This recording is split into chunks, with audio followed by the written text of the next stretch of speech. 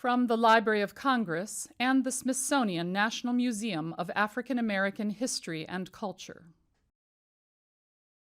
Great. Okay, so I'm just going to introduce all of us first, and then we'll start the interview. So today is June 22nd, 2013. I'm in Louisville, Kentucky. This is David Cline speaking. I'm from the History Department at Virginia Tech, also working with the Southern Oral History program at UNC Chapel Hill. Recording this interview for the Civil Rights History Project of the National Museum of African American History and Culture, the Smithsonian, and the Library of Congress. Behind the camera today is John Bishop from UCLA and Media Generation, and very pleased to be speaking with Walter Tillow today in Louisville. If you could introduce yourself, tell us where you were born and your age, and then we'll start a conversation. I'm 73 years old. I was born in New York City and raised in the Bronx in New York City. Okay, and as I said off camera, I like to sort of start with people's childhoods, and so if you could tell us a little bit about your family, and if you see sort of any influences from your family or your upbringing that may have influenced your work later on. Well, as I said, I was born in the Bronx, New York City. My mother was worked for the state of New York in the Unemployment Insurance Division, and my dad was had a small business in washing machines, laundromats type, just becoming technology, coin-operated laundry. I grew up in a basically middle-class lifestyle. My parents had been radicals, members of the Young Communist League in the 1920s. Although the Depression and family kind of calmed them down, you know, they kind of went on to other things. But that was a background in my growing up. The Cold War, the execution of Rosenbergs was something that I was 13 at the time. I remember a discussion in the kitchen between my mom and dad as to whether my mother should go to the funeral. They were executed on a Friday. The funeral was, according to Jewish law, they had to be buried 24 hours, so the funeral was Saturday.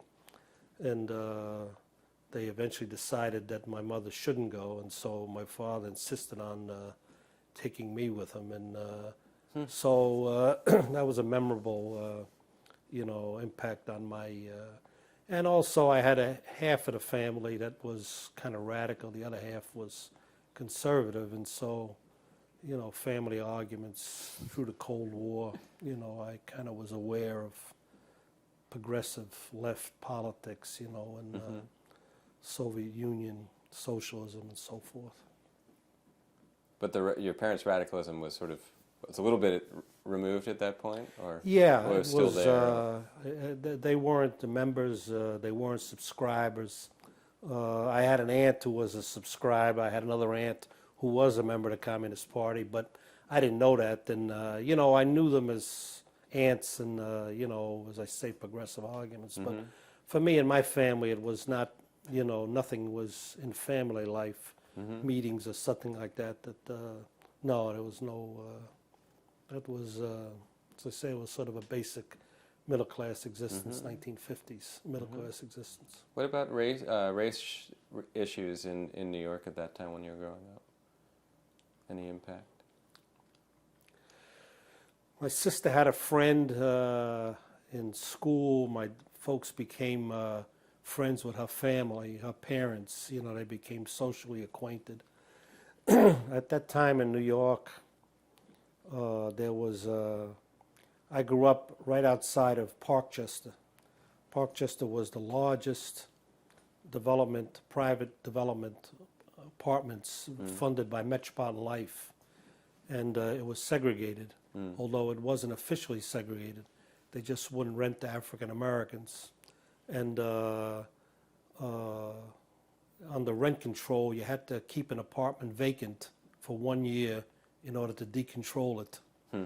So Metropolitan Life somebody would move out of Parkchester, they would keep the apartment vacant for a year and then it would become decontrolled.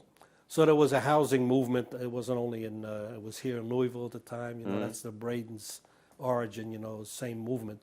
People would chain themselves to the door. On these vacant apartments. There was a movement to try and get MetLife. So I was aware of that kind of a movement. But other than that, we didn't participate. It was just my sister's friend's parents lived in Parkchester, so we kind of knew they didn't participate either. But you kind of got reports, there was an incident, people would chain themselves to the door in this building, and kind of talk, that way. But other than that, as I say, the Rosenbergs, the Cold War more, I came upon my father, in the garage one day, throwing out literature that he had collected, newspapers, and he kind of showed me he was getting rid of it. And another incident, I had my aunt lived in Westchester County. My uncle was an artist and a cartoonist. So it was at that time it was rural upstate New York, and although it wasn't too far from New York City. And some friends of theirs had given them some books. Actually, they gave them a collection of the works of Lenin, because they had to get him out of. They felt they couldn't keep him in their apartment in New York, and people came. That. It was that kind of an atmosphere, that Cold War atmosphere was, kind of impinged upon your consciousness, what have you. But those are just incidents, looking back. Kind of at the time. When I was in college, she gave me the 13 volumes. She had no use for. So that's neat, I actually got collected works of Lenin, when I was in college, because she'd been holding it for somebody. They finally said to hell with him, throw them away, and rather than throw them away, she gave them to me. So interesting. Yeah. Can we pause for a second? We're re-rolling. Okay, fantastic. So, what? I guess if you could tell us a little bit about college and just sort of what brought you into the movement. I don't know if there's one moment or if it was a gradual process. Well, I went to Harper College, which was the State University of New York. At that time, it was in a bunch of Quonset huts and converted mansions in Endicott, New York, and now it's a big graduate center campus in Vestal, nearby. But when I started, it was a school that relied mainly on vets coming back under the GI Bill, and 1960, I was a junior, and the sit-in movement broke out.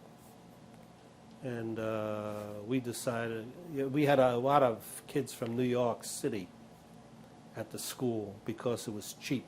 I think tuition at the time was $300 a year. And there were no dorms, so you could live off, when I went there were no dorms. When I finished, there were dorms, but when I went there were no dorms, so you had to live off campus. So, it drew a lot of, people that didn't want to go to city college, but wanted to go to couldn't afford a private school. But sure. So we got involved with picketing Walmart. We were one of the first, second school to picket, have a sympathy demonstration at the local, not Walmart, Woolworth company. Yeah. And the administration fought us bitterly, and we had this argument with student government, and actually we found a clipping that Harvard did it, and that was kind of convinced student government that we could do it, Okay. So, so we picketed in the Woolworth in Johnson City, that was, but that was the first, kind of, I'm gonna wait for that. Thank you. That was like we responded to the times, the sit-in movement broke out. It made perfect sense, segregation, why, we had Woolworth, all over the place at that time. They all had lunch counters and so forth. So that was when I was a junior, and we went on to some more radical activities. In my senior year, we were moved on to the new campus. which we had to live on the campus, you know, in order they needed the money, so they made everybody live on the campus. So we had, you know, we got involved there with, at that time in New York State, at that time nationally, but in New York State they had a one-day shelter drill. It was in the Cold War, you know, they were afraid the Soviets were going to bomb, nuclear bombs, so you had to find a shelter, you know, and so they rang a siren at noon all over the state. People had to take cover, you know, that was the campuses. So there were a couple of pacifists on, you know, in the school, and we heard that they were going to go have a picnic rather than, you know, they're going to go in the woods, you know, it was sort of a rural campus. So we said, look, let's just stand outside in the quad, you know, and so we had 50, 60, 70 kids, you know, defied the take cover drill, you know, and stood out there. The president caught hell, you know, he was, you know, we had a dean that had some principle, and he stood up for us. But, you know, one thing led to another, and from there, somebody had an idea, not me. There was a Young Democrats, a Young Republicans. We were going to organize a Young Socialists, and we organized it, meaning you got money, you know, from the student government. So it was an official organization. You recognized student organization, and we invited we invited a socialist worker person to speak. Nobody knew, you know, the name would pop up, yeah, you know. And because of the air raid drill protest, the president forbid her to speak. He barred her from the campus.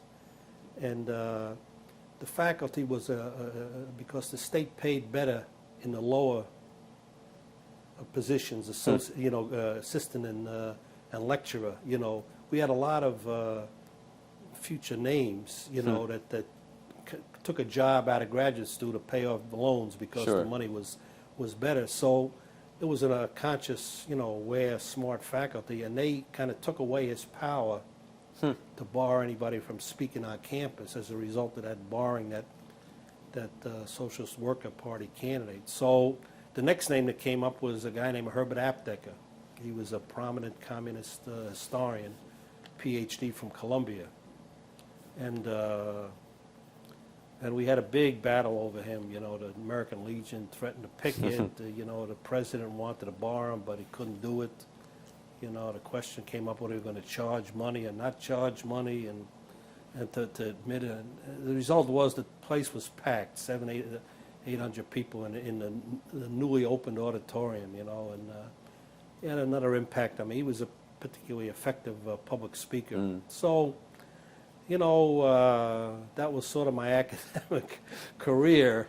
You know, when I went out to the University of Washington as a graduate student the next year, there was another fight. I wasn't involved in other than to attend his lecture, but he was barred from speaking at the University of Washington in Seattle. Same guy, yeah. He spoke off campus, you know, and I attended the meeting, and so I had some contact that way, you know, with either progressive ideas, radical ideas, or in some case at the University of Washington, actually, there were some young communists that organized that meeting, and I got to know them.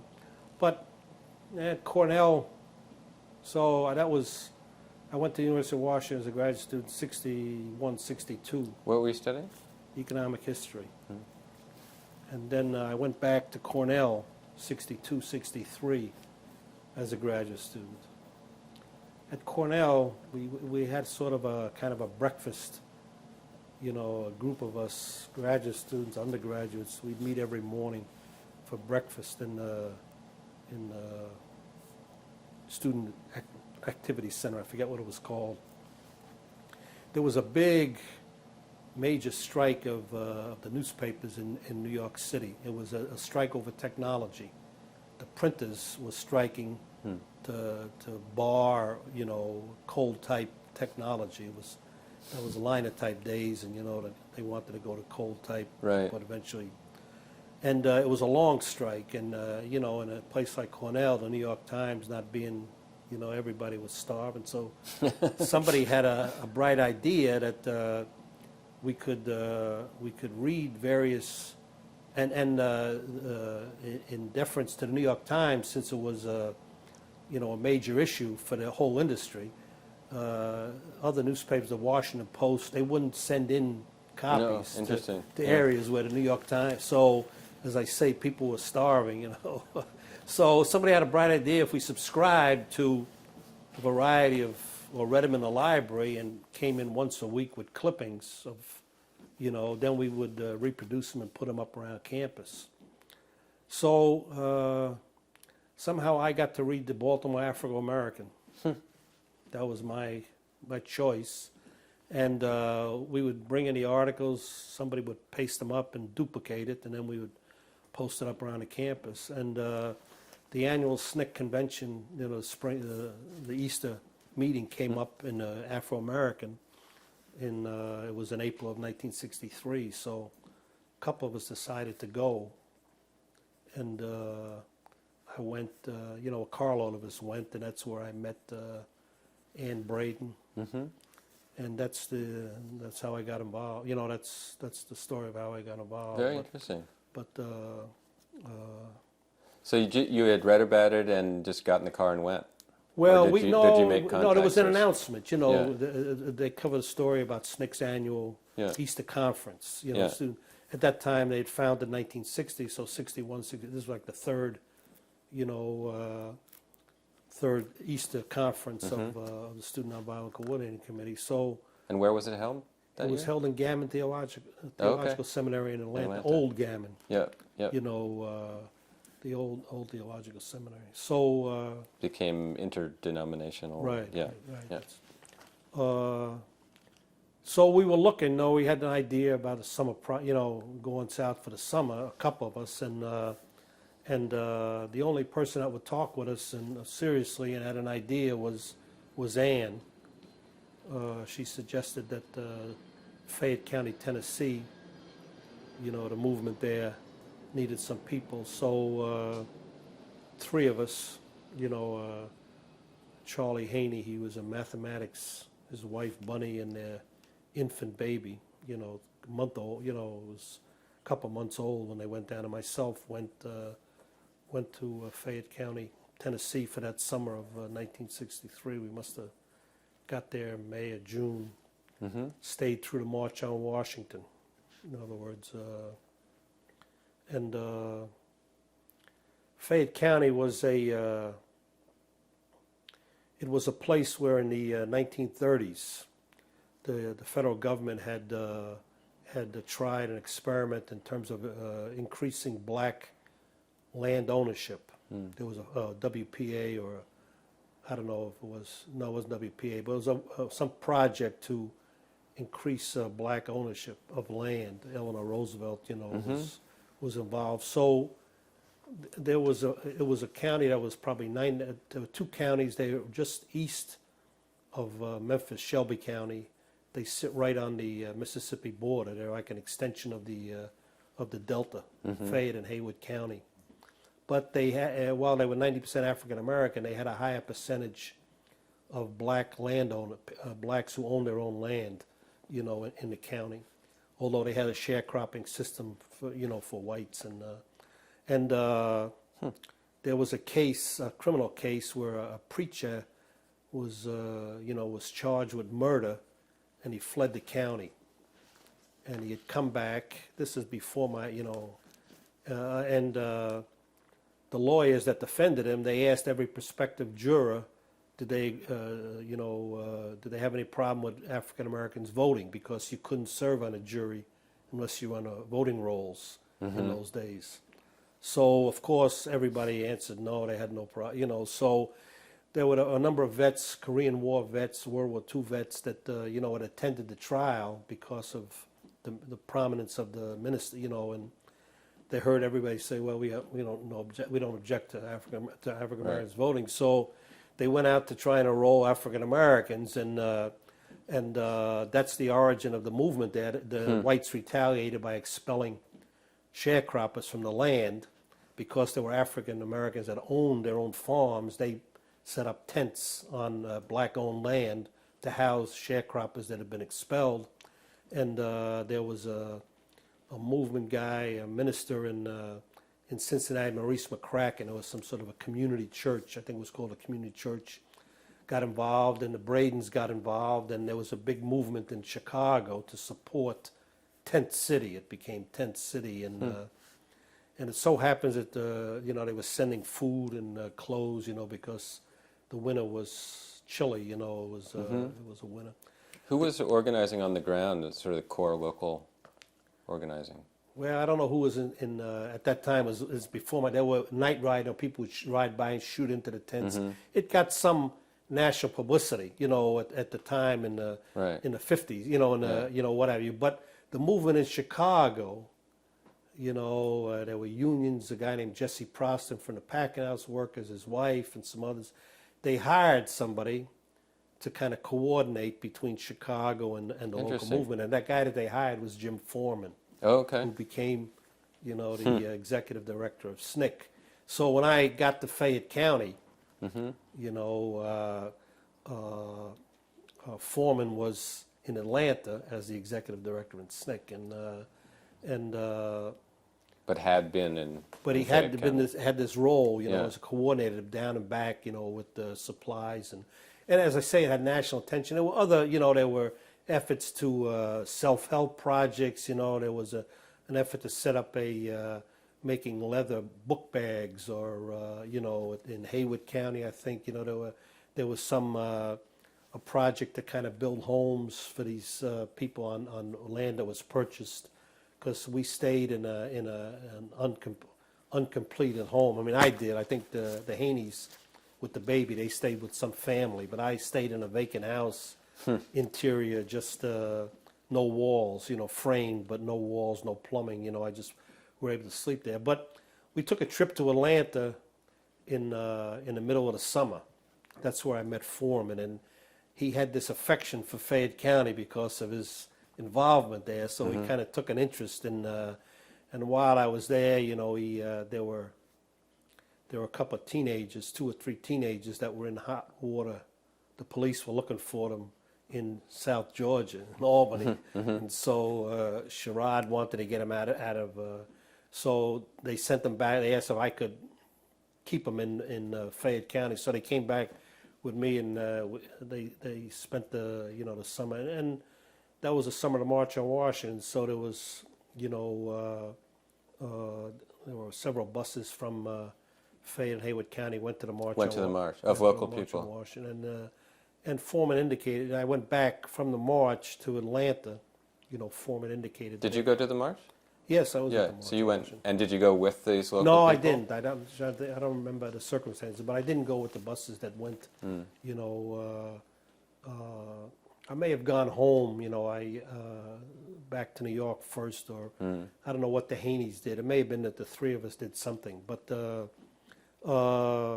I went back from the march to Atlanta, and that's when I started to work for SNCC. Can we pause for Pause. a Just Sure. a- Okay, we're back. Oh, wait, you're wired. Okay, got it. Limited range. I know I'm tethered.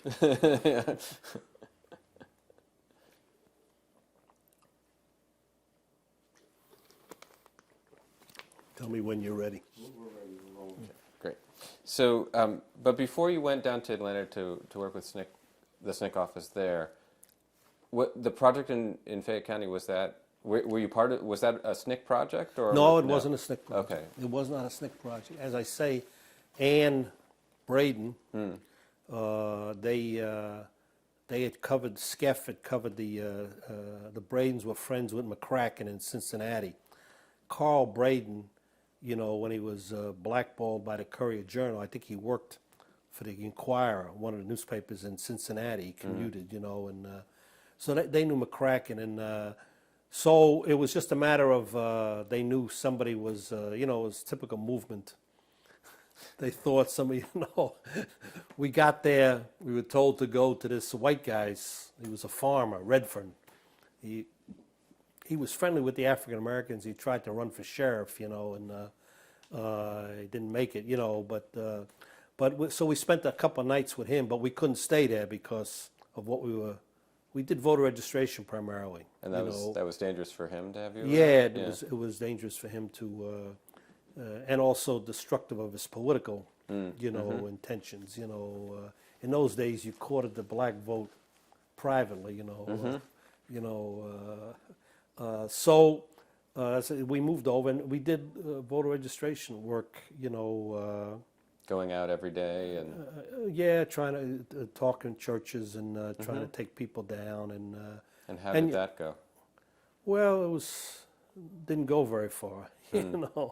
I got jumped once coming back from downtown, and the other thing we did something with the youngsters. As I told you, we took a bunch swimming in Memphis in a black YMCA or YWCA, I forget which one it was.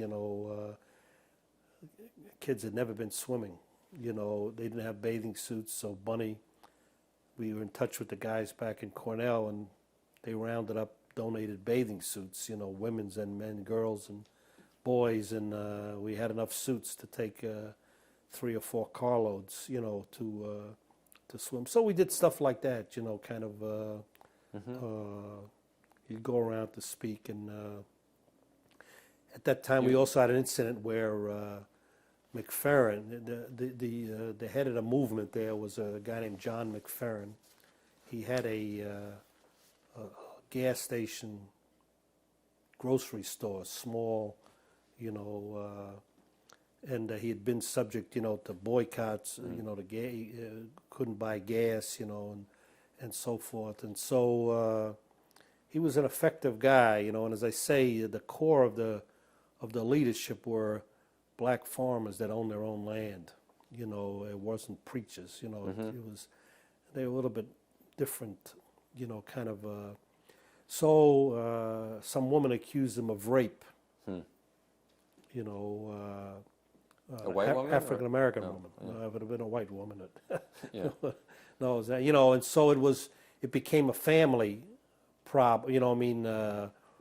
We spent a lot of time, kind of educating him and his wife. She was pregnant at the time, herself, and what kind of how things work, what have you. So we did a variety of those kinds of things, and it was a completely.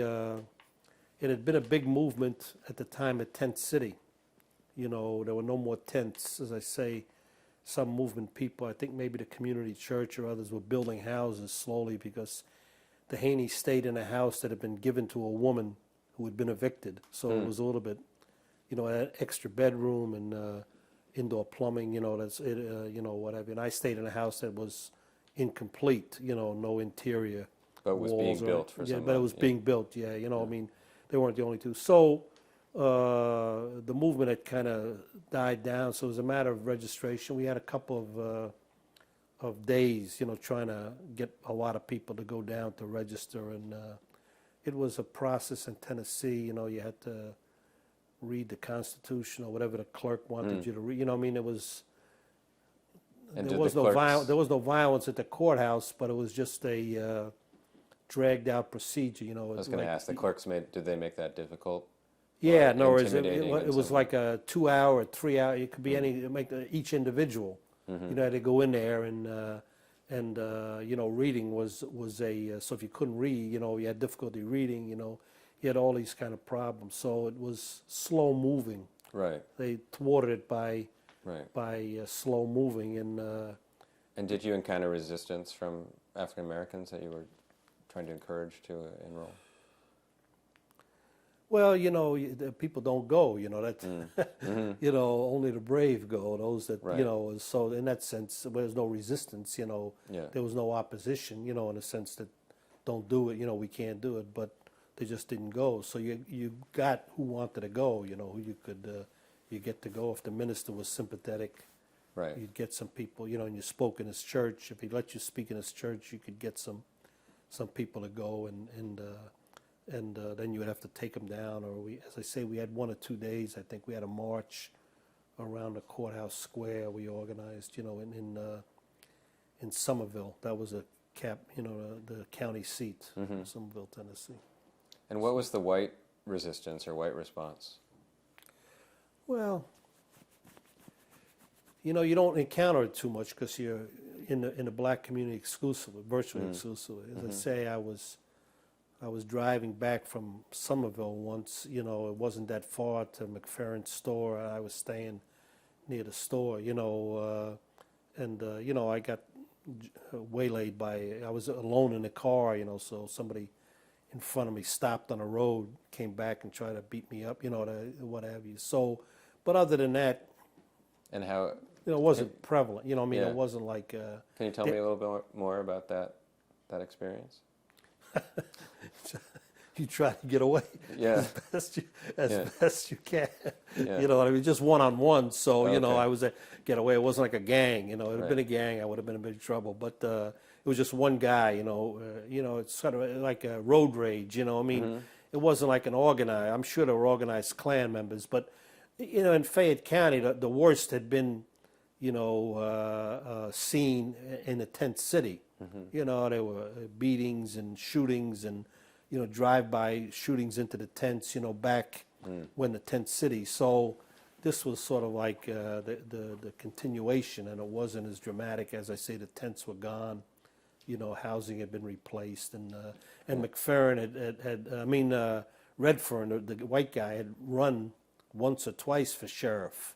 Okay, so there had already been a little bit of So, he movement, was courting, the word would go around, vote for McFerrin, those that could vote, what have you. So, as I say, but it was like 85 or 90% African American, the population, in both counties, Fayette and Haywood, that sort of thing. So. But still somehow well, not somehow, but it's pretty obvious when someone comes in from out of town, and so people knew who you were. Right, there were three of us came, and I said there hadn't been anybody in a while, what have you, because the thing had kind of petered out. As I say, there was some self-help project in Haywood County, the next county over, to make these leather book bags and sell them by mail, but it wasn't going anywhere, and so things had kind of, slowed down. So 3 new people show up. It starts it all over again. Right, Over again. So. Okay. So from there to Atlanta. So I got to Atlanta, and I ended up working with Julian Bond in what was called the communications office. In those days, we would put out a news release or a packet of news releases every 3 days. So 3 times a week, you could send 5 pieces of paper for a stamp, 1 stamp, first-class mail. I think Carl Braden had given Julian a press list, so the African-American press and the white left press and the liberal press, So we would do these about incidents, and somebody got beat up or, what have you, and some incident. And we would write letters for John Lewis, outrage letters that we could quote in the release, condemning the Justice Department for enacting, or the FBI, we would kind of write a letter for John to send that would have a quote that we could pull out and use in the press release about, so,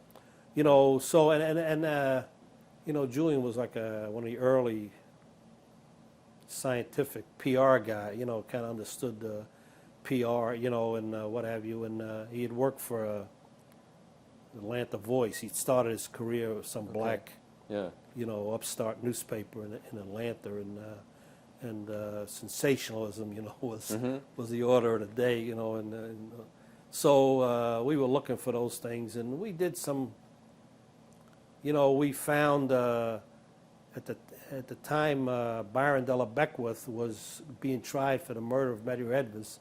The federal government was buying land from him to build a post office in Greenwood. We had a clipping service, so we made a stink over that, and we also had a Watts line. We were one of the first. It's an 800 line. I don't know if you remember. Technology is. So there were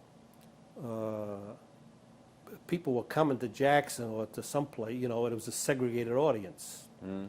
So there was supposed to be Bonanza. I don't know if you remember, Bonanza was a big Western TV show, Lauren Green and they had some sort of a side business doing these shows, the Bonanza cast or some of the Bonanza, whatever they did. I never saw the show, so they were booked to be in Jackson, and we contacted them on a WhatsApp. We tracked them down the city before. That's what we would call them. We'd try and get from their agent what the tour was, and so we would reach them before they got to Jackson, and actually we got the Bonanza people to cancel. They wouldn't appear before a segregated audience. Blacks could buy tickets, but they sat upstairs. Right. It was a segregated audience. Right. So they wouldn't appear before a segregated, and that was a big stink, because that was the high point of the TV show. Television was coming into its own, and we did things. So you publicized that. So we did things like that. Yeah. We get them to cancel. So we had a couple of guys wouldn't cancel. I remember we went after some pianist. It was a foreign guy. I don't know what his name was. We got him in Kansas City, but we would call each hotel and do you have so-and-so registered, Do you have so-and-so registered? And finally, we got the hotel where he was registered, and we'd call him, and he wouldn't do anything. But the Bonanza people did. So, and then we published, we had the Student Voice. It was like a 4-page newsletter that came out. I don't know how often it came out, but and that was for Friends of SNCC. I mean, that was a big mailing. Right. It was, right. And we had this old addressograph machine use these mimeograph stencils. You had to type the stencil. I was like typing an old mimeograph stencil. I don't know if you remember that technology. Yeah. Well, we had to type the stencils and mimeograph the press releases, and then fold them and call, stuff the envelope. We did all that stuff. But the Student Voice was an operation just to mail it because Right. several thousand. The list was always growing. If you wanted to get it, it was, Right. you got it for free, and it went mainly to Northern Friends of SNCC, people. It's a way of keeping the movement informed. Can I ask you just to describe the office? We're back. I wanted to ask you just to describe, because you're talking about all this activity, and just describe the office itself physically and how many people were there and what it felt like to be a part of that. It was like it was on 3.5 Hunters Street. It was above a barber shop. We had 1, 2, 3, 4, 7 rooms with a hall in the middle. In the first room in the front of the building was a tiny, that's what Julian's office was.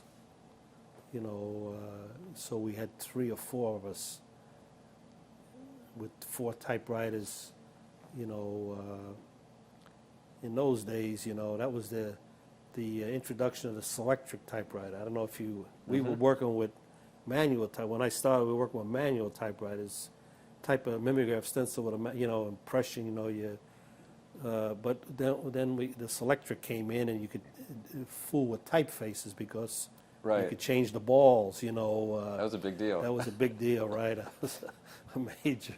Spruce it up, We did the headline in one type, one ball, and the body, and you could italicize. You had a ball for italic, So it was a tiny office, 4 of us: Bob Weil, Mike Sayre, myself, Julian, in that office. Then there was a little room outside that office, and then the next room down was Dinky Romley, who was kind of Foreman secretary, and the back room was an even smaller room where Foreman had his office.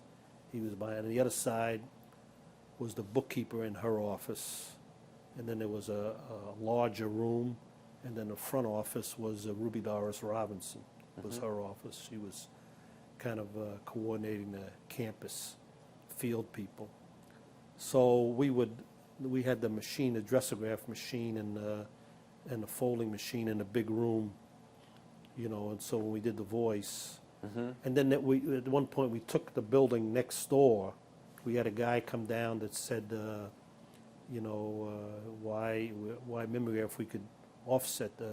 A.B. Dick had started to make desktop offset machines, and they made a 360, which was like it was a floor machine, but it was, you know, akin to a big mimeograph. So his name was Mark Suckle. He came down and we bought an A.B. Dick 360. So the building next door, we did our own printing. You know, eventually we went to the offset. We gave up the mimeograph,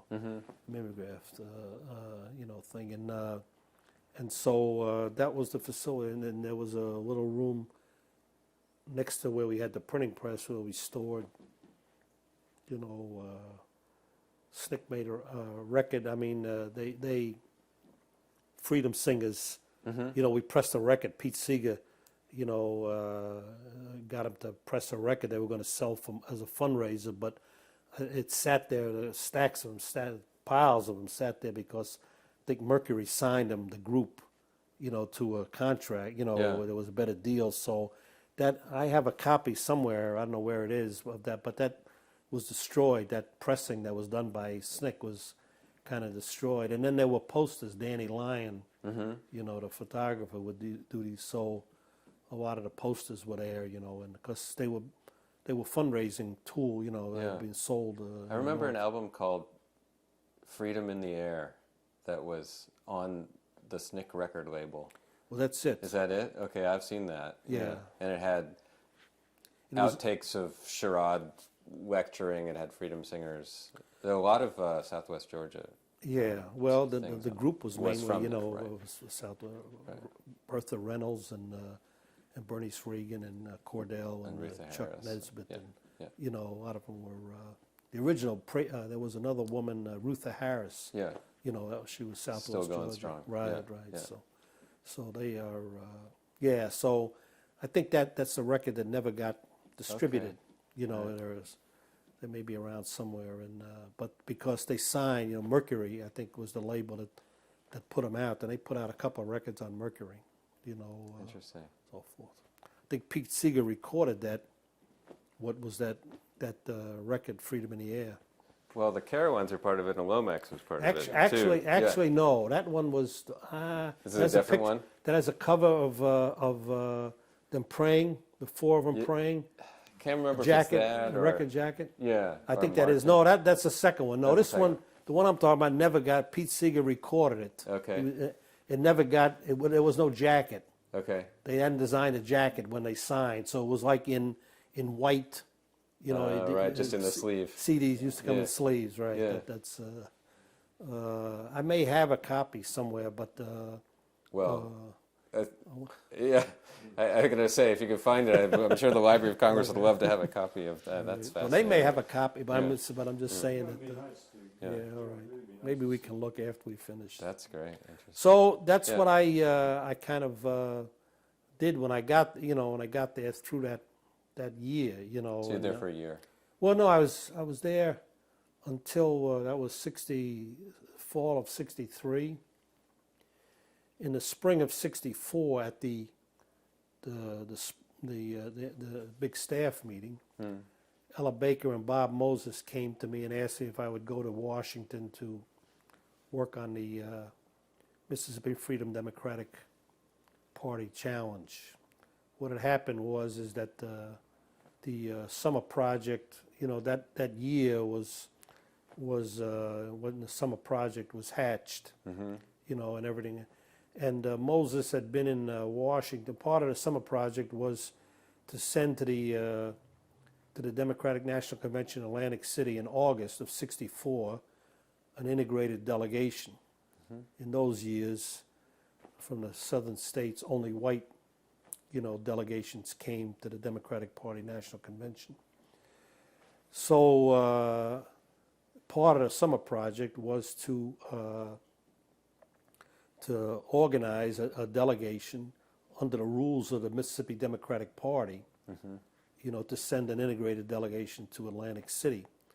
And so the idea was to mimic, not, you know, to mirror the procedures. In other words, to try and go to the Democratic Party meeting, they would be expelled and they would hold their own meeting. Right. So, as I remember, There were like precinct meetings, which were largely sometimes in people's homes, businesses. There were county meetings, and then there was a state convention. So if they could find out where the precinct meeting was, they would try and go to the precinct meeting. And they wouldn't be permitted to go in, so they would hold their own precinct meeting, elect delegates to go to the county meeting. They would try to go to the county meeting, get turned away, and hold their own county meeting, and then they held a state convention. So this was part of, and the people that went the Freedom Summer, that was part of Freedom Schools, but the Freedom Democratic Party, and they had some freedom vote, during that spring, and as a test, I forget what the vote was over. They were trying to demonstrate that African Americans wanted to vote, that they would vote. I forget what the freedom vote was over. But anyway, Moses was in Washington in February, and he was speaking at a fundraiser and outlining what the summer project was going to be. And when he talked about this challenge at the Democratic National Convention, a guy in the audience was named Joe Rao, who was, if he wasn't head of the ADA, Americans for Democratic Action, he was very prominent in it. He was a general counsel for the United Auto Workers. He was a D.C. attorney.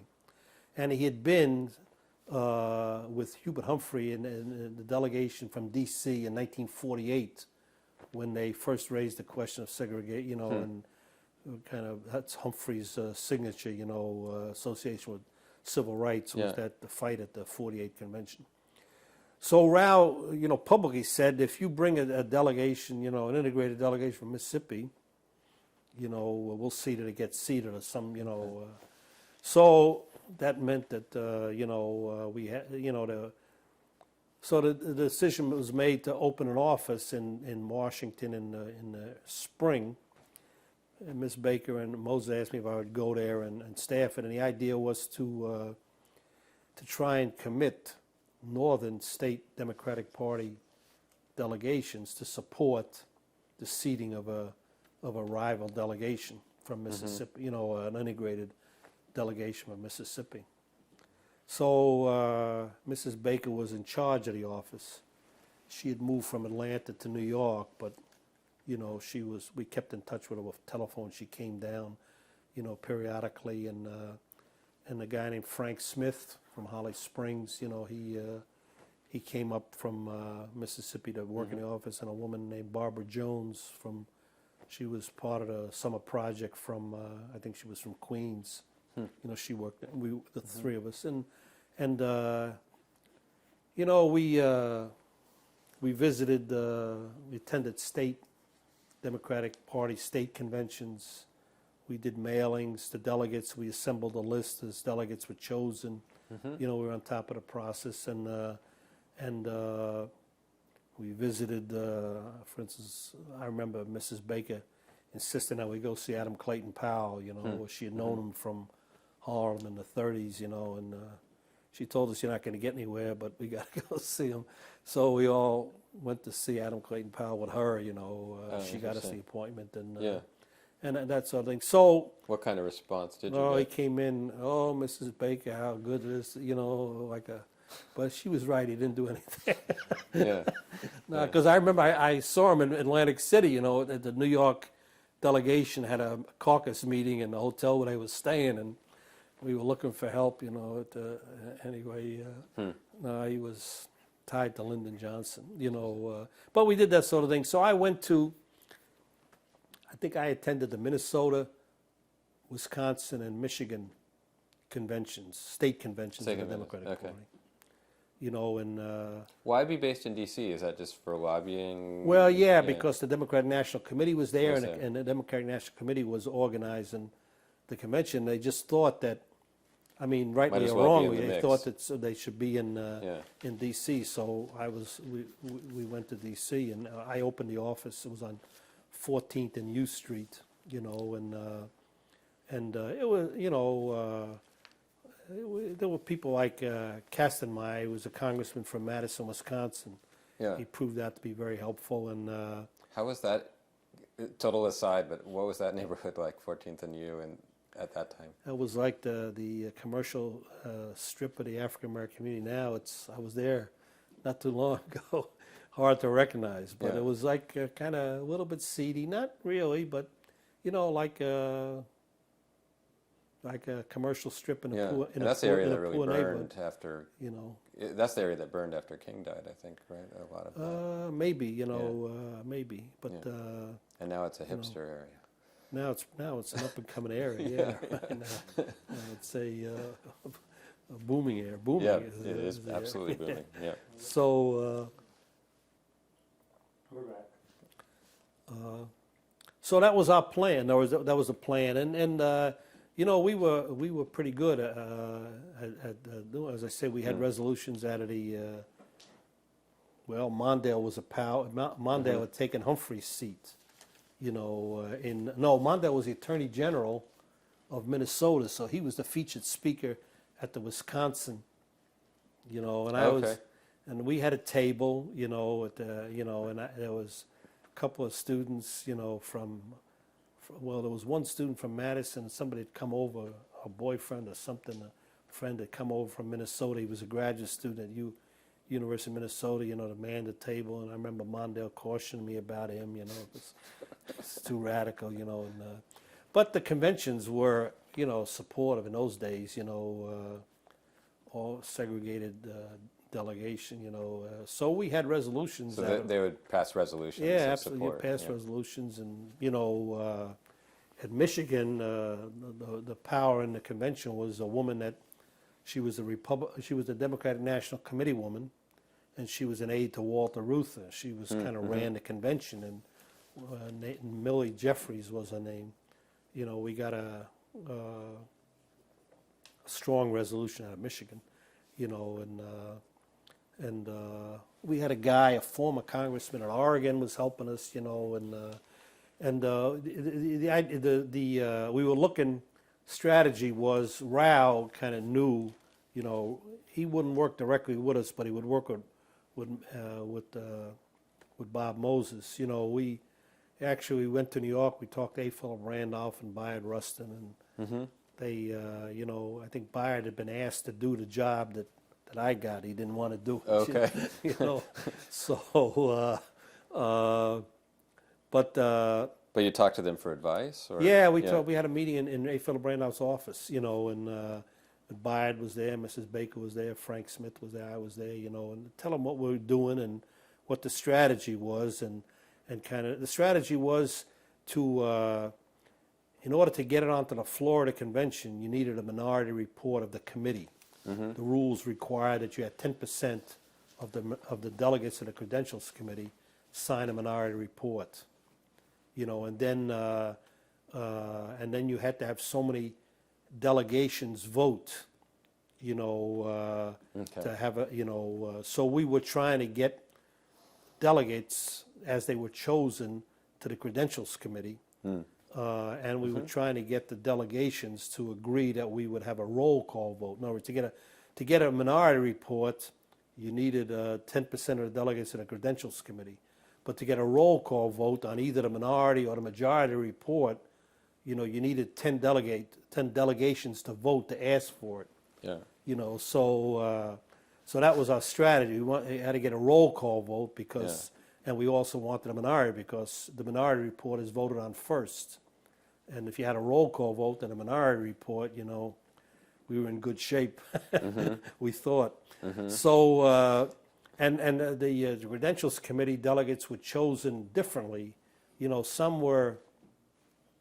Some delegates to the convention were chosen in state party conventions. Some were chosen in the balloting for the primary.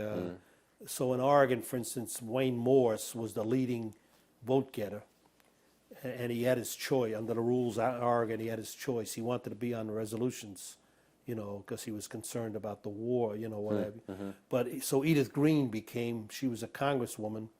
She took the position on the Credentials Committee. Okay. And she stayed with us to the very end virtually. She turned out to be a very strong supporter, because of Mrs. Hamer, testimony. Kastenmeier was on the Credentials Committee. we asked them, to get on. That was one of the things we did in Washington. Okay. Yeah. So we were interested in who was going to be on the credentials committee, and could we get the delegates of a state contingent to vote to ask for a roll call vote. The planning of this operation is really impressive. I mean, there's a lot that went into it. Well, yeah, because at the same time, we weren't involved, although they were heading up towards a state convention. Miss Baker became, Dr. King wouldn't keynote the state convention. They want, in the middle of Mississippi summer. So Mrs. Baker was the keynote. That's a famous speech that she made. It's an important speech. But so we were using the parents of the kids in Mississippi, to pressure, people. It was all kind of what we were doing. Whatever the constituency was, we were trying to involve them in this thing. And at the same time, you had the Freedom Schools, you had the Schwerner, Goodman Cheney, thing. Everything was going on, and we had to find housing for the delegates. That was our job. We rented a hotel in Atlantic City. Yeah. Reggie Robinson came up, to help us towards the end, and we sent him to Atlantic City. He found this small hotel, 100 rooms, that they would rent the whole thing to us. So we had all that to do, and how many delegates would there there were have been? like 68. Ed King and Aaron Henry were the co-chairs. Ed King was I think a theological guy, reverend. He was a reverend, but he taught at Tougaloo College. Yeah. And Aaron Henry was the president of the state NAACP. And we had Mrs. Hamer, Mrs. Devine, and Victoria Gray, the three grand women of Mississippi movement.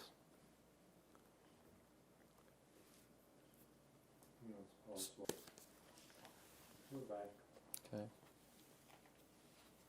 And what was it like working with them?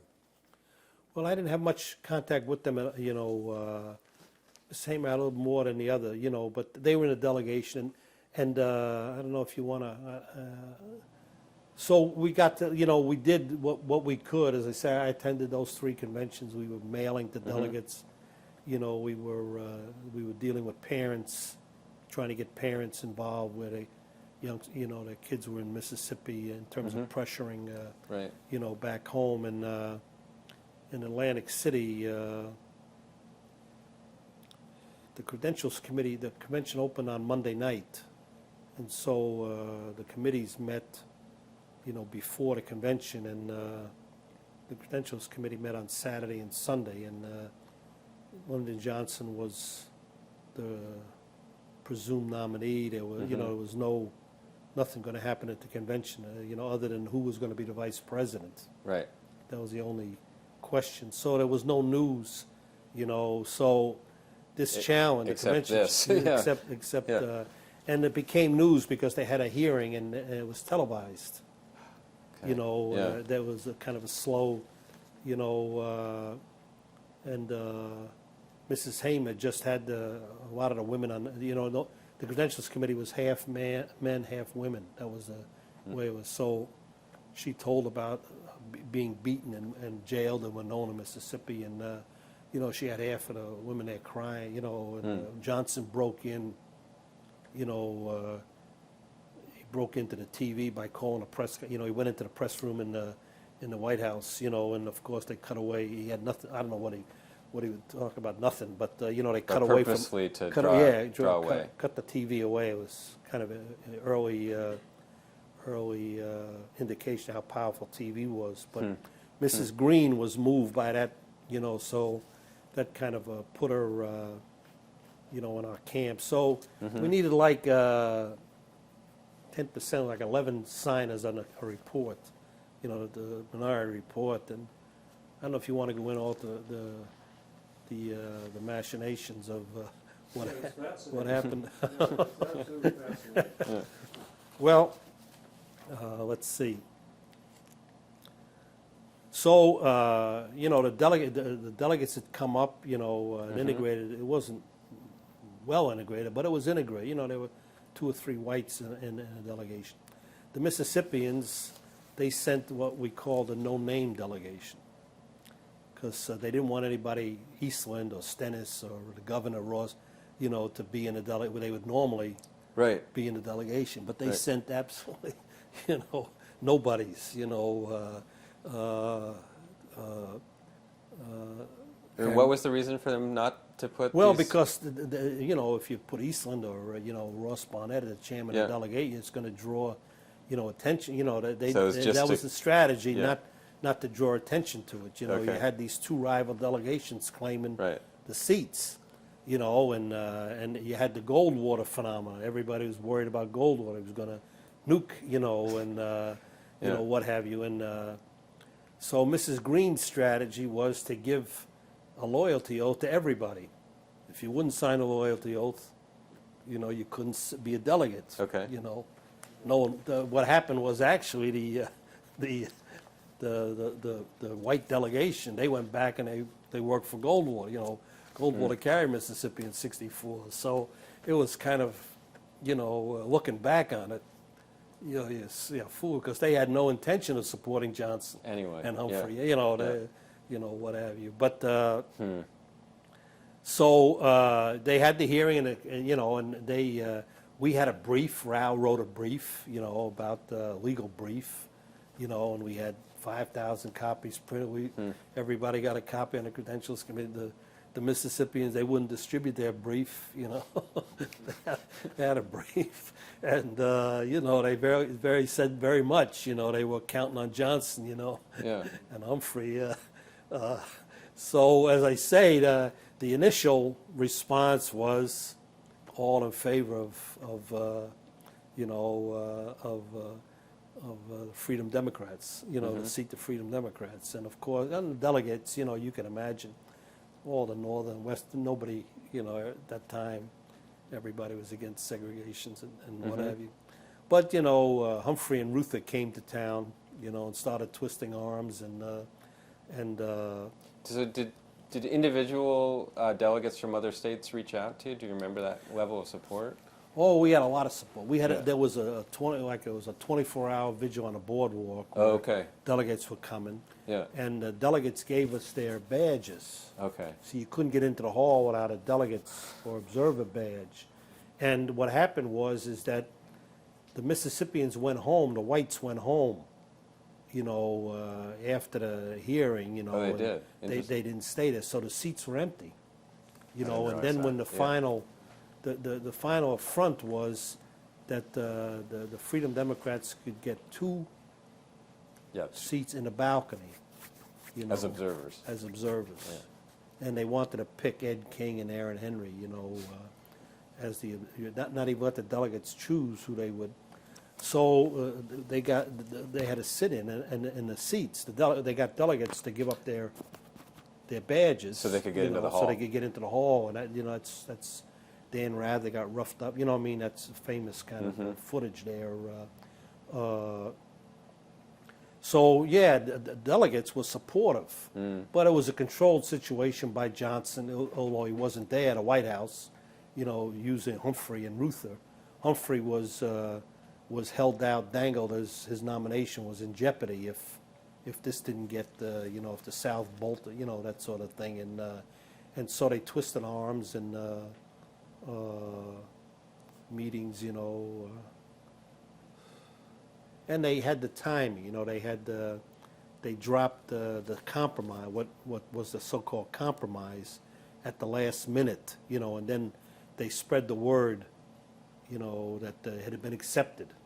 I think maybe Henry and King in a meeting, Ed King, not even Dr. King accepted it, but in a meeting with Reuther and said they would accept it. So the word went out, so the steam went out of the delegates. It was hard.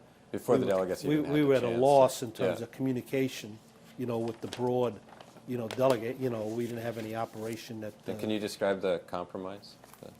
The compromise was that the Freedom Democrats would get 2 seats as observers in the balcony. There would be Ed King and Aaron Henry, and there would be something about the 72 convention. The 68 convention.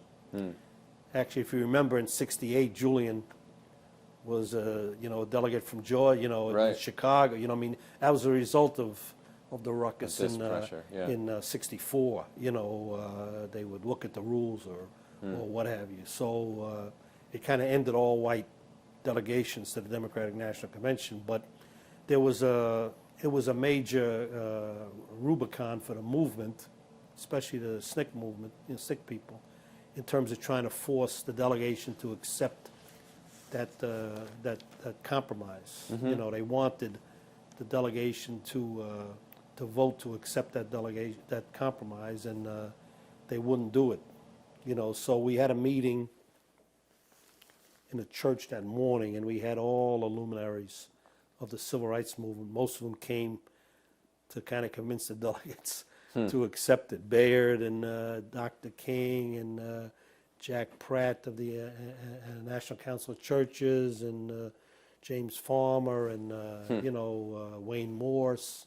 They all had their argument, what have you, and some of the SNCC people got their kind of first taste of Democratic Party politics, in terms of when you kind of rub up against, the essence of the Democratic Party, that what the resistance is, kind of. So. So what were some of the arguments coming from these luminaries to accept the compromise? Well, Wayne Morse's argument, I think, was Goldwater. If we don't do this, if we force them to walk out, the other, it'll help Goldwater. Okay. You could say that was it was an honest concern. In retrospect, when you look at the results of the election, it was, Johnson won Lance, Right. kind of, looking back at the whole thing, Johnson didn't carry those. He won the popular vote in the landslide. He didn't carry the southern states anyway. So, if they had forced him out, it really would have, but that was the argument. Others argued, this is a great deal, and we shouldn't look a gift horse in the mouth, and that sort of thing. And so, people kind of were affronted, young SNCC people were kind of affronted, and Right. everybody was there, and even a lot of the summer volunteers, had come there, from this was the end of the summer for them. So, So there's a lot of, right. well, so if you had worked on the Freedom Democratic Party, as I say, the precinct, county, and the state convention. Yeah. State convention was a big deal in Mississippi in that summer, because it was a chance everybody to get together. They had delegates from all the county, all the Delta counties at Lee. Miss Baker was they were trying to. Hoopla, kind of make it like a state convention. So it was.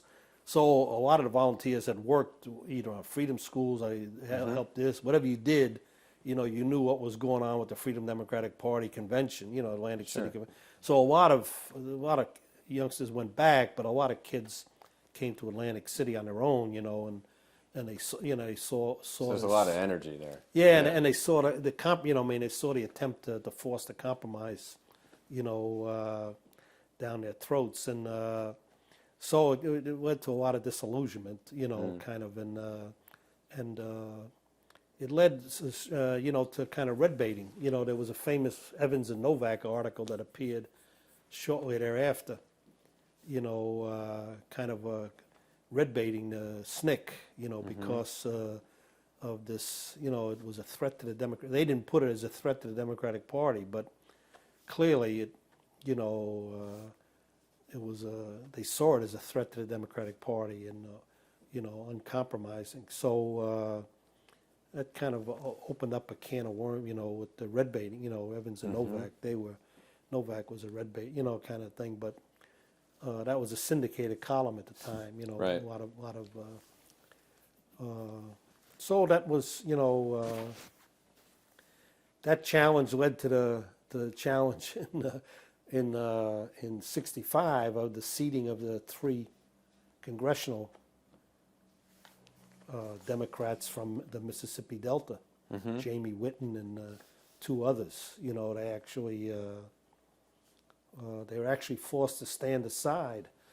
I didn't work on it. I mean, I was tangentially connected to it, but I went back to Washington and we wrapped it up. Whatever we had to do, and the people that worked on the congressional challenge, they took over from there. There were a lot of lawyers, Kanoy, Kunzler, Ms. Baker, I think was involved, John Conyers, Elizabeth Holtzman. They actually got the House to force the 3-1. The House is sworn in at the first day of the new session. So if you object to somebody being sworn in, they can't take the oath. So they objected to the 3 of them on the basis that it was unrepresentative, and so Tip O'Neill didn't want to do it, but he forced them to stand aside. They were kind of incumbents, so they continued to do what they were doing, but they hadn't actually been sworn in, and there was a commission or a hearing. They actually got a chance to have some hearings. So the congressional challenge, had some substance to it, and it took a while for it to play out into the next spring before they were finally resolved and they were sworn. Not that they weren't functioning as they weren't voting, but they were functioning as staff and office, that sort of thing. Right. So, I was going to ask if there was, because you talked about disillusionment, but I also imagine that there's some momentum coming out of the MFDP fight. So this is one thing, but were there other ways in which sort of the getting stirred up played out? Well, I think people turned their attention to Alabama. I'd say it wasn't. I think it was more disillusioning than energizing. I'd say, historians may, you had the beginnings of kind of bickering, built into the situation. Those that kind of close to the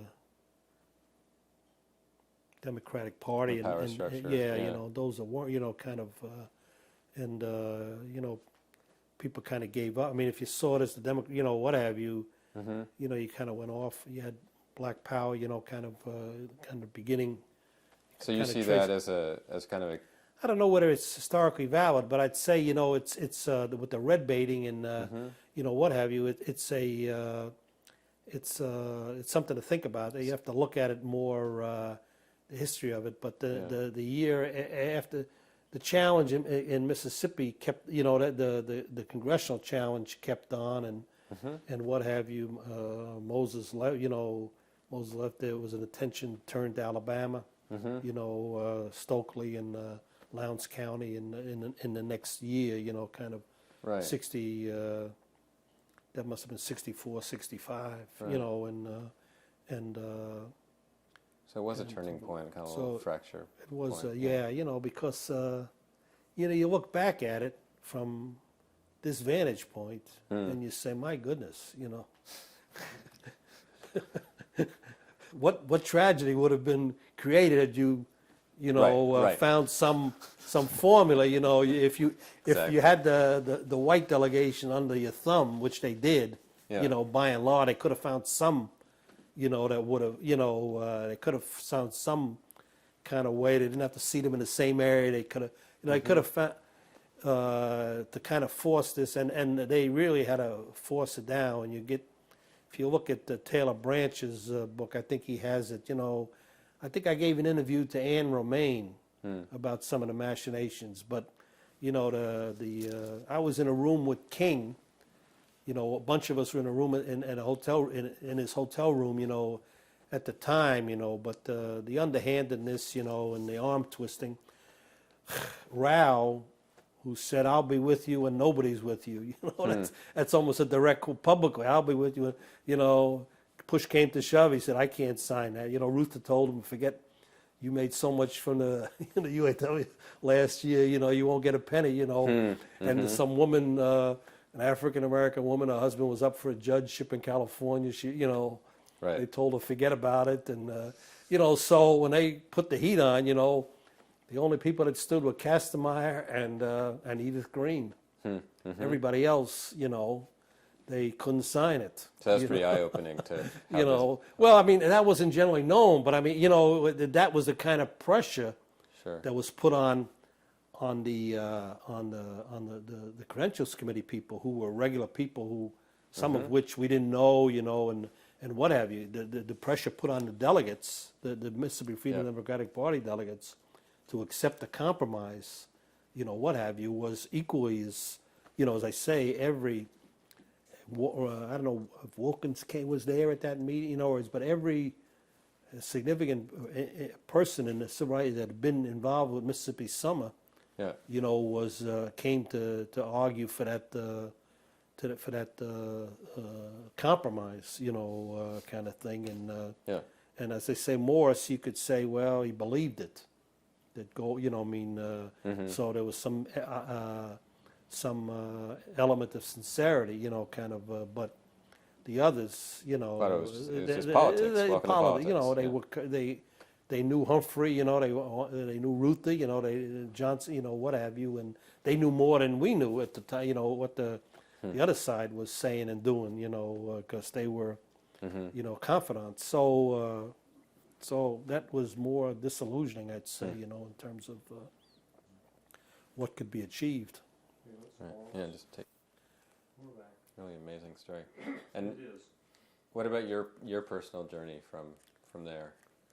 Well, I went back to Atlanta, Let me, before you say that, for you personally and for those in the office, what was the mood afterwards?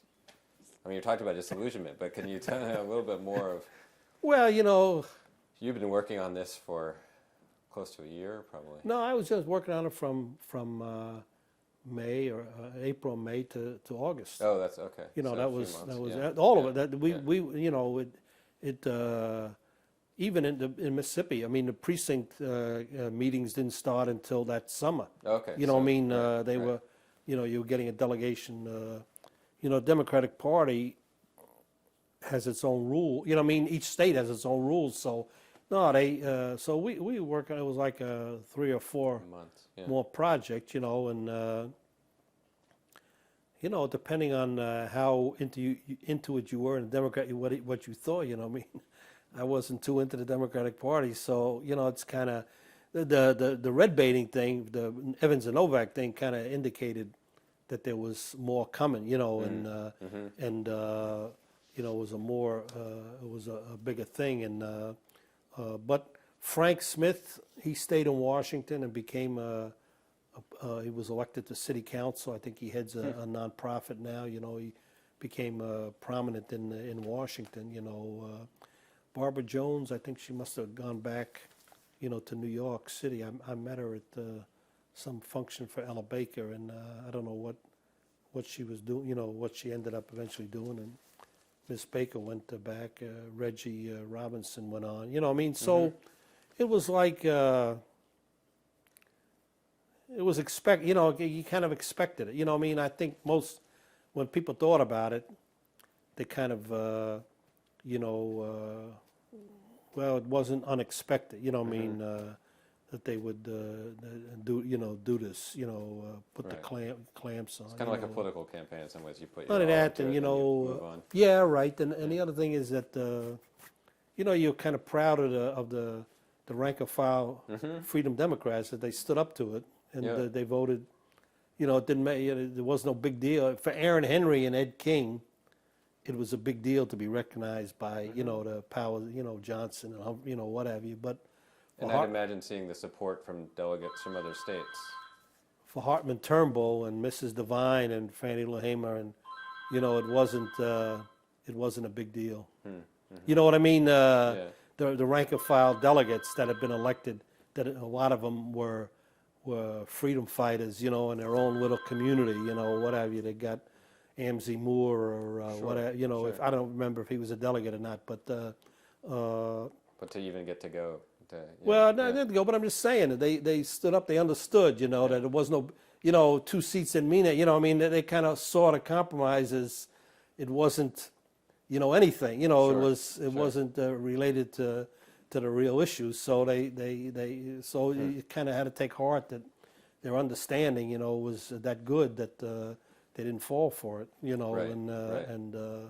and live to go on to the next. So that was kind of what we thought. Although I don't think we ever had a meeting, afterwards. We all Oh, we all really? kind of Yeah. you went on to the next thing. That was the movement days. You went on to the next big thing, or the next small thing, or the next thing that you were interested in, and so. And not a lot of time to You sit know. around and lick your wounds. The people that were interested in the Freedom Democrats in Mississippi, Lawrence Guyot, and they went back. I mean, they tried to work with the Freedom. I mean, they had electoral ambitions, and they paid attention to it. But for us, it was just the convention challenge, and move on. There were a lot of, as I say, the Schwerner, Goodman, Cheney, murders and the freedom schools, and what's her name? Didn't Jane Stembridge get involved with some of the curriculum? So people were on to other things, and as I said, they moved on, and there was kind of a feel. I mean, it was kind of a consensus. You'd say that it was a good thing that the compromise wasn't accepted. Democrats who they turned out to be, and Yeah. but as I say, people moved on. That was the times. You know what I mean? Right. You didn't unless you were involved in it. Had some connection to it or some outlook for it, like Guyot. You did something else. And so how about for you? I went back and I got involved in trying to work with the labor movement, or encourage the labor movement to get involved with civil rights, and try to stimulate some organizing in the South. And I organized one or two workshops, I forget, at Highlander, where we had some northern labor people and some, but I think actually this may have been before. I was involved with Carl Braden and Jim Williams in trying to found a white student organization, a white Southern student organization, which eventually became SOC. So SNCC kind of Carl had a list of contacts, and SNCC kind of Foreman agreed to let me send out a letter, or, whatnot. We had a meeting in Nashville with Sue Thrasher, I think, and that went on their own, to become SOC, Student Organizing Committee, right. And was SNCC actively supporting this idea at that point of Yeah, they focusing on had- whites focusing on whites? Yeah. Well, they had originally Zellner, Bob Zellner and Stembridge, and at that time there was a guy, Sam Shira, came on board, was kind of sort of a traveling white campuses, and Yeah. and so there were increasing number of white Southerners and even some Northerners that kind of saw the potential, the labor movement in terms of its money and clout. So I organized, as I say, one or two workshops at Highlander. We had Jesse Proston from the packing house workers. They were the amalgamated meat cutters at the time. They had merged. The packing house workers was one of the left-wing CIO unions. He had been active, as I say, in that tent city committee in Chicago. Right. Bob Lewis, I think, came down. He was a general counsel for the United Electrical Workers. There was some Teamster guy from Tony Zivelich from Atlanta. He was a business agent and a big Teamster local in Atlanta. Maybe some guys from the clothing workers, the ILGW, the International Lady Garment Workers Union, ILGWU. So, there were a lot of, not a lot, but a number of white, and some black. I think James Orange ended up, in a relationship with a union, and that actually went to work, so towards the end of, into 65, I left, I went to work for the UE, you know, and not in the South because they didn't have any membership in the South. Actually, Kay and I, we had met at Highlander, and we So both. that's who you met? That's where we met at Highlander, one of those workshops. Okay. You know. And just for the record, can you tell the people out there who Kay is and Nate, well, we've been married since 1967, so it's a long time. Her name was Kay Moeller at the time. She was, she'd come to South to one of the Freedom vote days in Hattiesburg, Mississippi, with the University of Illinois NAACP chapter.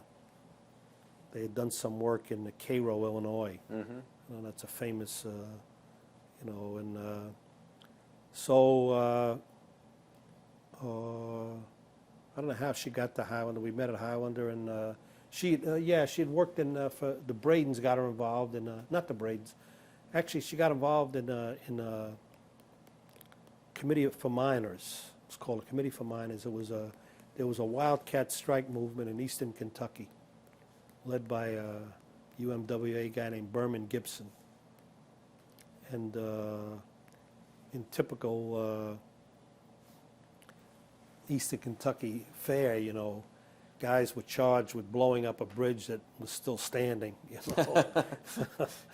Conspiracy to blow, you know, so there had been a Paul O'Dwyer. He was a kind of a labor attorney, city councilman in Paul O'Dwyer? yeah, he was a progressive, genuine progressive guy. He was the brother of a not so progressive mayor of New York City. But Stanley Aronowitz, Paul O'Dwyer, and another guy whose name, he had a funny name, kind of Irish name. They formed a support committee for this rank and file movement in eastern Kentucky, and they hired Kay to go there to work with that movement, and she went there, and she produced it's unfortunate, probably the Braden papers have copies of, she produced a newsletter, mimeograph newsletter called Miners for Justice, kind of, it's a record of, so she was working in eastern Kentucky when we had this workshop, and they got wind of it, and so she came, that's how we met. She was working, you know, in eastern Kentucky. So we left, we both went to work for UE. She went to work as a colonizer in Altoona, Pennsylvania, in the Sylvania.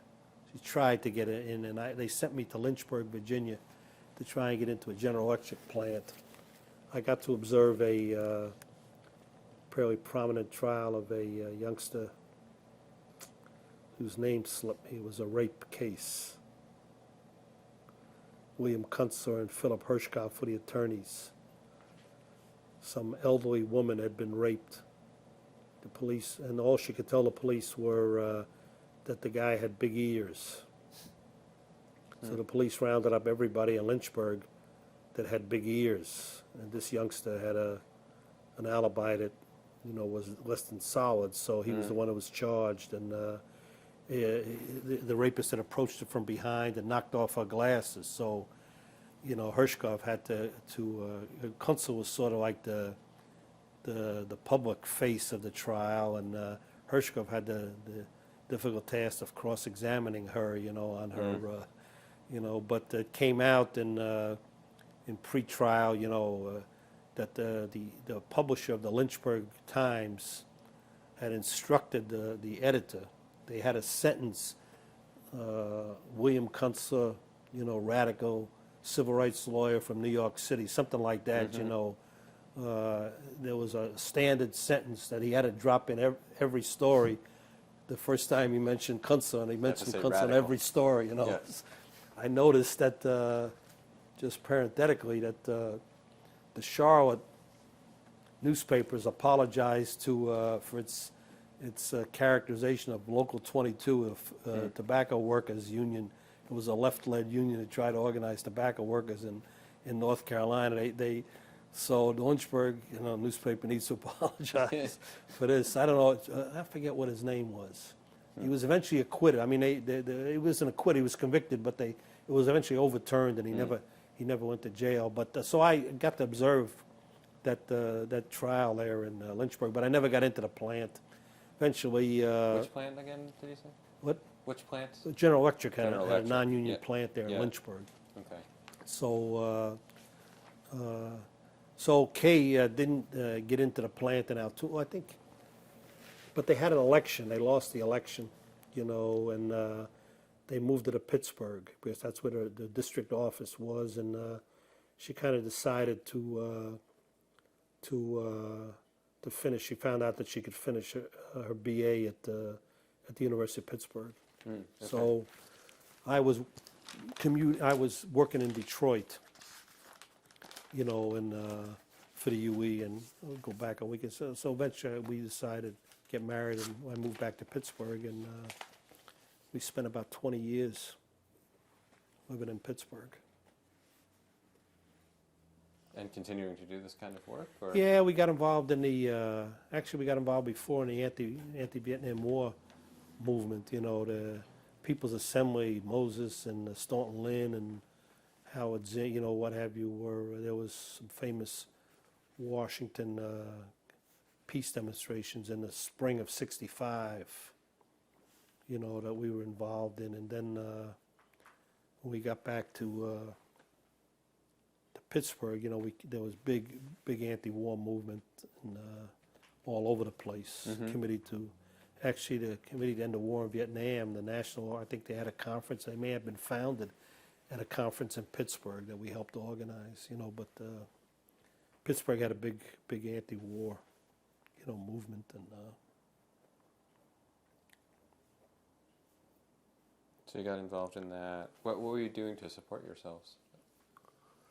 well, I was like, when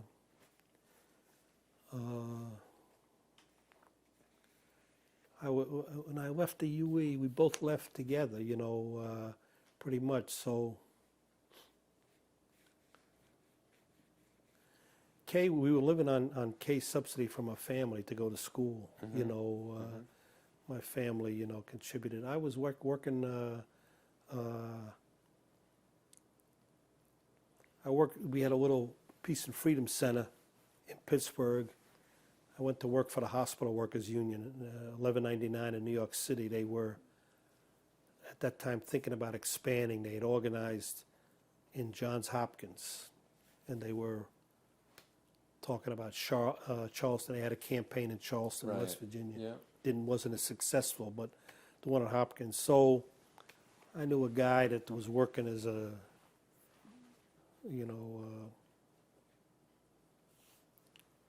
housekeeping aide in a hospital, and he was interested. So we hooked up with 1199, and they put me on the staff, to work, try that. And eventually Kay was also hired. The two of us were hired, and she stayed. At some point they came to us. I said, we don't believe in men and kind of couples on the. So Kay stayed, and she organized. Pennsylvania in 1969 passed a public employee bargaining law, which included community hospitals, nonprofit, community hospitals under the act. So you could get an election, you could get recognition, via a state labor board, and it was before the national board, did it. So she organized quite a few Jewish home and hospital. Out Scranton, Lewistown, Washington. She organized quite a few, workers there. And I went to work for the Communist Party, unpaid, because we had the one salary. And I joined the party after the McGovern campaign, 1972. And worked for them. Yeah, I kind of worked, unpaid, from then on, till we left, Pittsburgh. And when we left, I ran the print shop where the newspaper, the People's Weekly World, was printed. Okay. From 1990 to 1995. The plant was in Camden, New Jersey. Okay. So I was, I may have had. I did a stint with the Amalgamated Clothing Workers Union. You know, I did a stint with the NEA affiliate, and I was trying to organize University of Pittsburgh faculty. You know, PSCA, Pennsylvania State Education Association. But basically, I was, you know, they were short. Actually, got canned by the Amalgamated when they found out I was a member of the party. But I was going to you know, ask. yeah, you know. Yeah. Well, I was fired. I was got a job at U.S. Steel, you know, and it got canned, you know, because of that. So you know, Kay's worked, you know, a decent job. So we've kind of made it on her one income for, you know, what have you. Mm-hmm. And what other issues or interests have you had? I know we were talking sort of off camera about the movements are all related, and you talked a little about civil rights movement to the anti-war movement, labor movement. Any other big issues for you or campaigns you're involved with? Now? Yeah, or over at various times. Well, or you now, know, or, yeah. we were involved in 1968 to try and get King Spock to run for president, vice president. You know, actually we petitioned. At that time, it was terrible. Pennsylvania had huge number of signatures. You had to get them in a winner. The King Spock, you know, but they wouldn't. You know, they didn't do it. So it was Dick Gregory. We got Dick Gregory and Mark Lane on the ballot in Pennsylvania. Okay. It was peace and freedom, or freedom and peace. You know, but there was a big, you know, New Politics conference in '60, you know, where that was put forward, and that was a memorable, cold effort. But Gregory was a good candidate. He campaigned for us a couple of times, and he had that $1 bill with his picture on it. That was best campaign literature ever, you know, that the Secret Service seized from us, you know. But and some, you know, I got involved in a party. I was involved with some party, you know, initiated stuff around the shorter work week. It was a bill that Conyers had in 1978 to reduce, the amend the Fair Labor Standards Act to reduce the 8-hour day to 7 and 6 hours, to raise the overtime penalty to double time and a half, and ban compulsory overtime as a way of stimulating employment. At that time was a recession, you know. We were involved in anti-Reagan efforts, you know, and what have you. And so one thing or another, pro-Cuba solidarity work we were involved in, you know, and some of the other Chile, you know, at the time of the coup in Chile, we had a big effort in Pittsburgh. Yes, you know, we had Central America. Yeah, Latin America, war in El Salvador, Nicaragua, you know, but Yeah. Chile was in '73, you know, the coup was in '73, and we actually had a guy, a friend of ours in Pittsburgh that had married a Chilean woman. He had been in Chile, and she had half her family were communists and the other half were reactionaries. So the communists got them out of the country, you know, and he came to Pittsburgh, and somebody got him a job in Westinghouse Electric as a machinist. So, you know, we had a big movement against Pinochet at the time in '73, and, you know, all the war, you know, the Angola, the wars in Africa, you know, kind of, they were big ideological battles in the movement, you know, at the time. You know, whether Allende did the right thing or did, you know, what have you, whether, you know, the Soviet, the Angolans, what, you know, they're all big Cubans, so forth. So, you know, we kind of, that's what we've been doing. And so when I went to 1990 to manage the plant that produced the paper, I largely spent my time, you know, kind of making that a profitable operation, you know, which we were able to do, you know. So now it's gone, but I spent 15 years, you know, 1990, 1995. Kay was here, you know, 1980 to 1990? 1990. I'm in 1990 to 2005. 2005, okay. 2005. Actually, we left Pittsburgh in 1990. But Kay got a job here with the organizing nurses in Paducah. She started with a campaign in Paducah. at Lourdes Hospital in Paducah. And then she moved here because they tried to organize nurses here in Louisville, Audubon, and Right. some other house. So either she commuted to New York or I commuted here. Right. And then that went on for like 15 years, Wow. 1990. And then in 2005, I retired. I moved here. Yeah. So Okay. she's born in Kentucky. She was born in Yeah. Right. So this Paducah, is coming you know. back. Yeah. her family she grew up in right across the river in Metropolis, Illinois. Mm-hmm. So you know, her mother, who just died a year ago, Right. lived to be about 101, 102. And this So is we stayed here because Kay was the closest yeah. daughter, you know. And of course, this is Braden territory, so yeah, there's a connection, I'm knew sure the there. Braves. Yeah. Yeah. So, well, we hadn't too much contact with the Bradens. Over the years, we had contact with them. You know, we had Ann speak in Pittsburgh once, you know, when Carl died, you know, and then, you know, what have you. But, yeah, they were. No, it was largely because of Kay developed some roots here, all this organizing, and her mother, you know, she was the closest daughter, so we had a responsibility. So, Right. Right. that's it. Well, we've covered a lot of great ground. Yeah. Do you have any questions you want to ask? No, I learned a lot. And is there anything that I didn't ask about that I should have asked about, or anything else that you would like to say?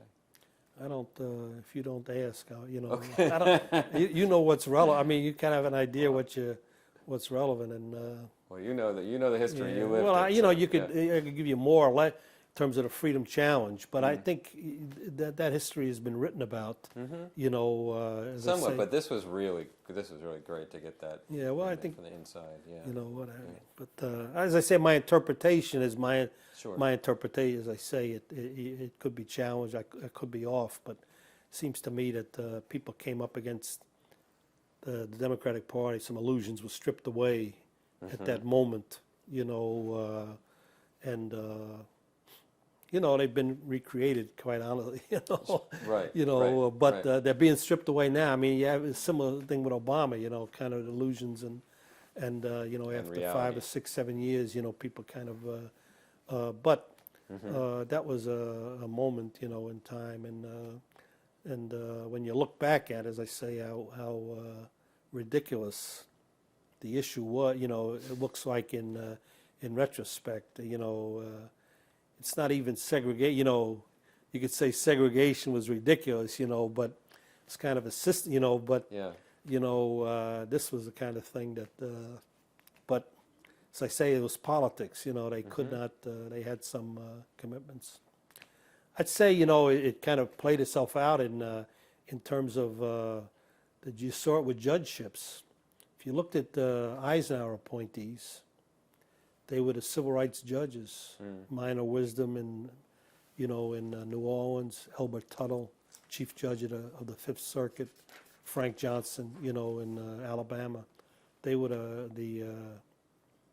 the titans of saved the system, you know, judicially, you know, the Fifth Circuit at that time. Kennedy's appointees, they were all, you know, Eastland approved. They were terrible.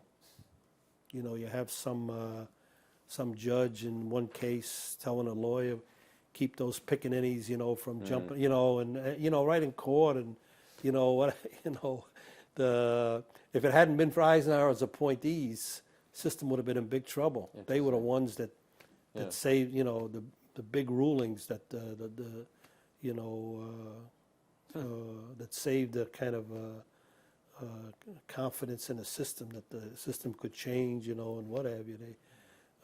So there was no Republican Party in the South, or if there was, it was African American. So Eisenhower didn't have to clear judicial appointees with, you know, the Eastland. later. You know, he Yeah, could make right, them. You know, right. kind of, and so you had these really fine jurists, you know, appointed. You know, and as I say, one way or the other, they saved the day. If it hadn't been for the Fifth Circuit, system would have been in big trouble. point. You know. And the You know. Supreme Court, too. Well, the Supreme Court, but you know, Johnson's appointment. What's his name? Who's the guy that was forced out? you know, the guy that got him on us, that got Johnson elected the first time, you know, that they forced Oh, out. yeah. Yeah. But they weren't Eisenhower, you know, you know, Frankfurter and Douglas, they weren't Eisenhower appointees. But were they Eisenhower appointees? I don't think they No, were. no. Yeah, Who was the Chief Justice that? Warren, Warren, yeah. you know. But as I say, the same kind of a, you know, kind of a situation. But, you know, you don't think about it on the local level, you know, on a day-to-day basis. No, absolutely. Without those judges, you know, and aggressive lawyers, you know, the Lawyers Guild, and that were willing to, you know, use it, it would have been in big trouble. And eventually you know, the court, you know, stepped in terms of the all-white delegate. You know, you couldn't Right. all-white prime, you know, what have you. So. Now, there's some really interesting history there. We were just talking about these local lawyers, these sort of heroes at the local level all over the place. Yeah, Smith and Walzer in New Orleans, you know, Ben Smith and Bruce Walzer and you know, Len Holt, you know, and some lawyers in the North that, you know, Goodman and Crockett, you know, George Crockett, and